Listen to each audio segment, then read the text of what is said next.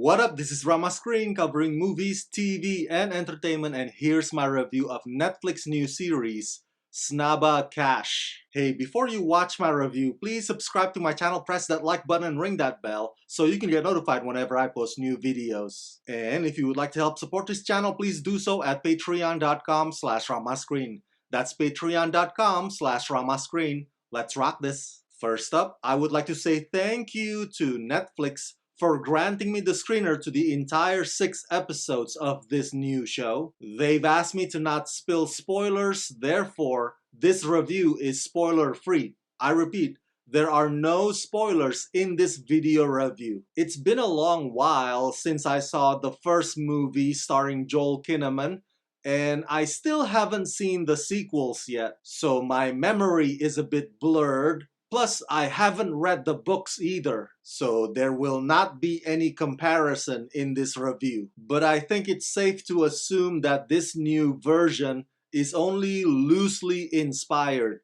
It's not faithful to the original material, and having seen all the episodes, I can say that what they're attempting to do here is expand the Snabba Cash world by making it more intricate, with a big cast of characters, all of whom continuously strain their relationship with one another as the story progresses. The first 3 episodes are a bit dull and sluggish, despite a few fire-powered scenes here and there, but the tensity stays humming throughout the last 3 episodes. Overall, I enjoyed it, but they could have condensed the show a bit more.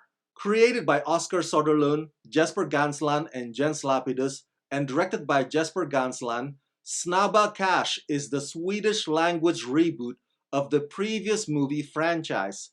This new reimagining is set in Stockholm, 10 years after the events depicted in the film trilogy. At the center of the story is a young single mother named Leia who's trying to make it within the startup scene. It is a buzzing environment where the craving for status and money is stronger than ever, and Leia is determined to make it no matter what. The entrepreneurial jet set, as well as the criminal world, is more brutal, chaotic, and ruthless than ever. When these two worlds collide, friendship and business partners will all be tested in the never-ending quest for easy money. The cast ensemble are fantastic. My first time watching this group of Swedish actors, of course, but they are also mesmerizing. Although Evin Ahmad is technically the lead, but Alexander Abdallah and Dada Bozella are also a force on the screen. Especially Dada, who has such an intimidating, commanding presence as the villain Ravi. Evan is intense and precise in her performance as Leia, whose life constantly bounces around between ambitious and desperate. Angling and scheming and compromising grindingly goes on in her head, and as the noose keeps tightening, Leia becomes more and more clumsy in her desperation and is not able to anticipate the consequences of her decisions. Again, I don't remember how it was in the movies, but the characters on this show basically find themselves in a rock and a hard place type situation. It's like they badly want to beat their opponents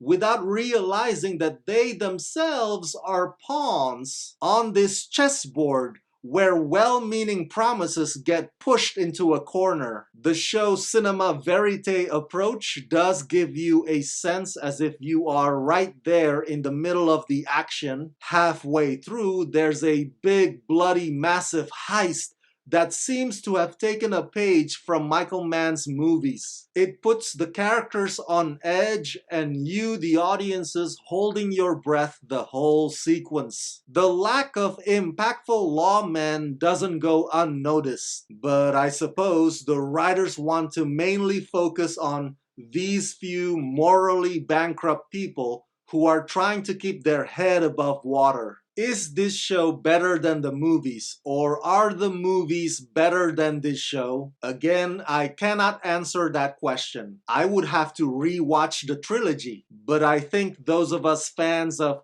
gangster crime drama thrillers will get a kick out of this new Snabba Cash. As I implied earlier, the first 3 episodes are a bit of a slow burn. The build-up takes way too much time, but it does escalate from that point forward. And overall, it's a series that's worth binge watching at least once.